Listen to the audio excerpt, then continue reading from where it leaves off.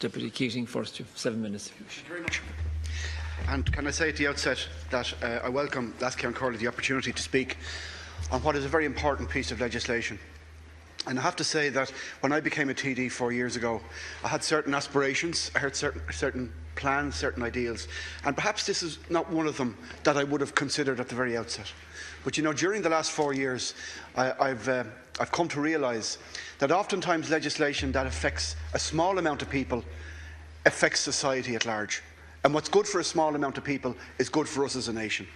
And I welcome the opportunity to speak on this particular issue today, an issue that affects, again, a very small minority of people. And I think it's of vital importance that we ensure that this House deals with the matter very sensitively, and for those persons who find themselves in situations where gender is identified as a problem at birth, or sometimes it emerges as a result of a realisation that their bodies do not reflect the gender identification that is at the core of their being. Now, it is rare that this House has the opportunity to provide a solution to people who are in these situations. And too often, people who fit into these categorised as small groups, they've been scapegoated and they've been cast out and sometimes characterised as being different and being abnormal. Now, gender is at the core of our being. Yet there has been a growing understanding of the complexities of gender and of gender identity.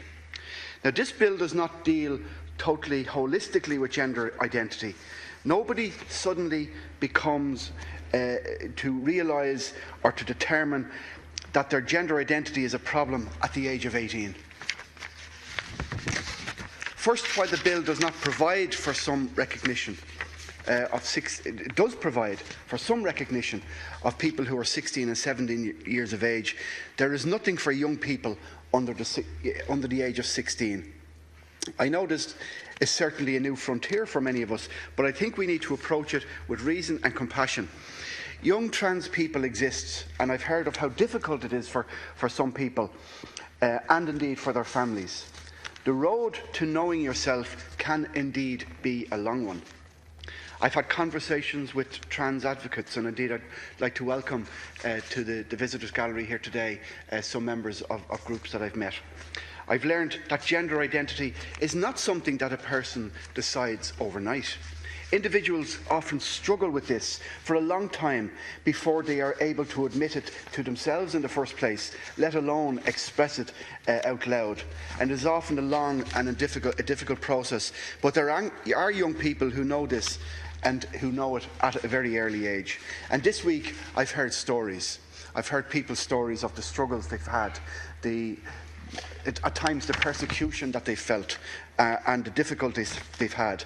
I've accumulated some of those stories, and I'll put some of them on record because I don't have the time to go into them in great detail today. And I've heard of stories of young people who self-harm and who threaten suicide and who are undergoing psychiatric help. I understand this, you know, these young people who struggle need to have their identity legally recognised. And in the meantime, people face significant, and I referred to bullying, for example, before, and discrimination, and I think this is inhumane. Let's be clear. What we're talking about is legal recognition. We're not talking about medical interventions or surgeries for children. This is about creating legislation that affirms a person's gender identity. Now, in the case of 16 and 17-year-olds, the government's movement to include 16 and 17-year-olds in this bill is indeed to be very welcomed, and is an important step towards the visibility of these young people. However, the process is incredibly onerous, and it is very restrictive, as it requires parental consent, 2 letters from medical practitioners, and indeed a court order. This will act as a barrier for many young trans people to obtaining legal recognition, and this is due to the fact that there are very few medical practitioners with expertise in this area, and TENI has documented long waiting lists to access these important services. the likely result is that the process will be so time-consuming that young people will be 18 years of age before they fulfil the requirements. And this is evidenced by a statement made by a young man, trans man, who noted, "I was 17 when I got my first letter from a psychiatrist. I'm now 21 and I'm still waiting for my second letter for a visit."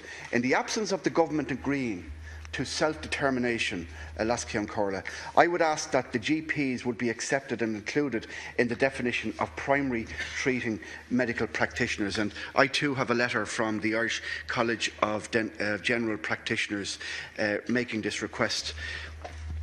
Amnesty International has observed that absolute denial of legal gender recognition to individuals under a given age is not consistent with existing international standards regarding the rights of children.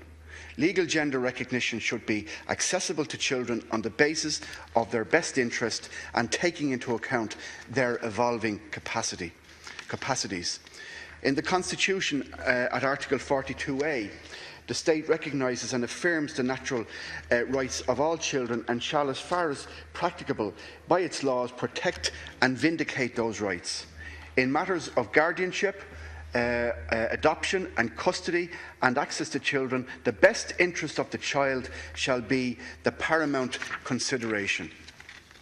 Further, in the guardianship, adoption, custody and access, the state, in respect of any child who is capable of forming his or her own views, the views of the child shall be ascertained and given due weight, having regard to the age and maturity of the child.